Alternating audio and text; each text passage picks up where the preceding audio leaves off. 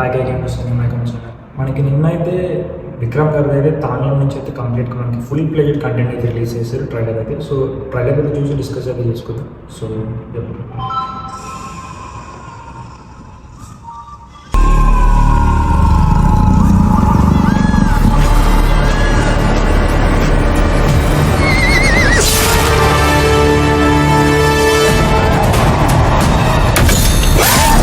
తిరుగుతున్నది నీ తల్ల లోకంలో లేని ఎంత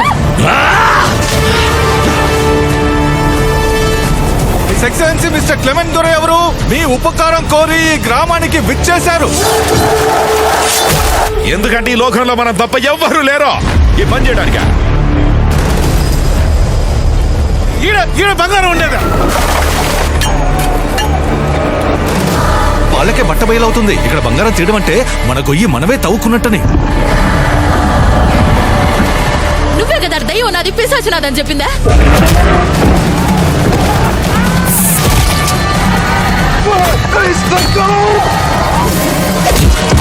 ఈ మాయా మంత్రాలు వెనుకున్న మాంత్రికుడు ఎవడు? మాంత్రికుడు కాదు రాజా, మాంత్రికురాలు భారతి. అది అసలు నిజం కాదే. ఆ మాయలాడి మాంత్రికురాలని అరికట్టేవారే లేరా? అరికట్టొచ్చు, నేను అరికడతా.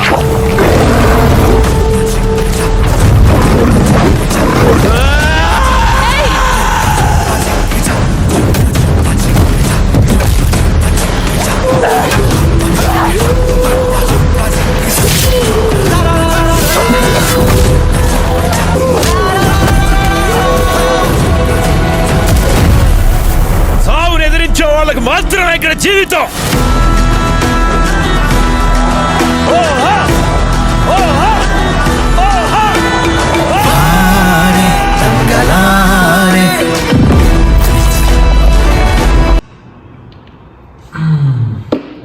వెరీ ఇంట్రెస్టింగ్ అండ్ చాలా బాగుంది.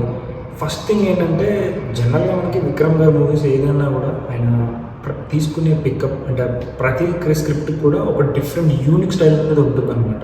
అంటే గెటప్ పరంగా కానీ లుక్ పరంగా అవన్నీ కూడా మనకి డిఫరెంట్ వేరియేషన్స్ ఉంటాయి. అలాగే ఈ మూవీ కూడా నేను లాస్ట్ వీడియోలో కూడా మీకు మెన్షన్ చేశాను. అంటే మన తాంగ్లా నుంచి ఎప్పుడైతే చిన్నప్పటి ట్రీజర్ రిలీజ్ అయిందో ఆ వీడియోలో కూడా చెప్పాను మీకు. విక్రమ్ గారు ఒక యూనిక్ వే ఆఫ్ స్టైల్ ఉంటుంది. మూవీ సక్సెస్ అయిన ఫ్లాప్ అయిన పక్కన పెడితే కానీ విక్రమ్ గారు అసలు ఫెయిల్ అవ్వరు అని చెప్పేసి లిటరల్లీ విక్రమ్ గారి లుక్స్ అయితే మాత్రం స్టన్నింగ్ ఉన్నాయి. కొన్ని సీన్స్ అయితే బోల్డ్ సీన్స్ ఉన్నాయి, లిటరల్లీ సూపర్ ఉన్నాయి అనమాట. ఓవరాల్గా ట్రైలర్ అయితే నాకైతే చాలా బాగా నచ్చింది. కొన్ని అంటే మనకి రానెస్ కనబడుతుంది, కంప్లీట్ రా ఉంది మూవీ. మనం మల్లిక గారి నుంచి అంటే ఏదో ఒక హీరోయిన్ క్యామెరా ఆ టైప్ ఎక్స్పెక్ట్ చేస్తే విలన్ రోల్ అనేది అసలు దట్ వాజ్ అన్ఎక్స్పెక్టెడ్ అనమాట.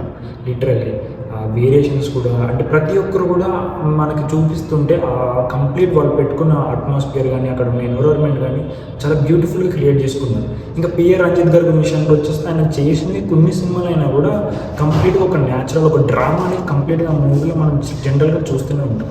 నాకు ఆ డ్రామా ఈ మూవీలో బాగా అనిపిస్తుంది అనమాట. మూవీ రిలీజ్ డేట్ అయితే మనకి తెలిసి మనకు అందరికీ అక్టోబర్ 10th అయితే పెట్టారు.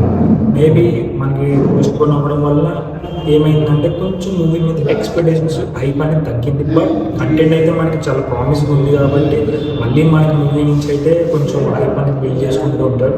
కానీ మనకి ఇలా ఆగకుండా కంటిన్యూగా ప్రమోషన్స్ చేసుకుంటూ వెళ్తే డెఫినెట్గా మూవీ అనేది ఆడియన్స్ వరకు అయితే రీచ్ అవుతుంది. సో ఓవరాల్గా అయితే నాకైతే ట్రైలర్ అయితే చాలా బాగా అనిపించింది. మీరు కానీ ఖచ్చితంగా ట్రైలర్ చూసుకుంటే మీకు ఎలా అనిపించింది కింద కామెంట్ చేసేయండి. అలాగే ఇంకా కానీ ఎవరైనా మన ఛానల్ కానీ సబ్స్క్రైబ్ చేసుకోకపోతే సబ్స్క్రైబ్ చేసుకోండి. ఫర్ మోర్ మూవీస్ కోసం ఖచ్చితంగా నోటిఫికేషన్ కూడా ఆన్ లో పెట్టేసుకోండి. సో అది ఈ వీడియో, నెక్స్ట్ వీడియోలో కలుసుకోండి.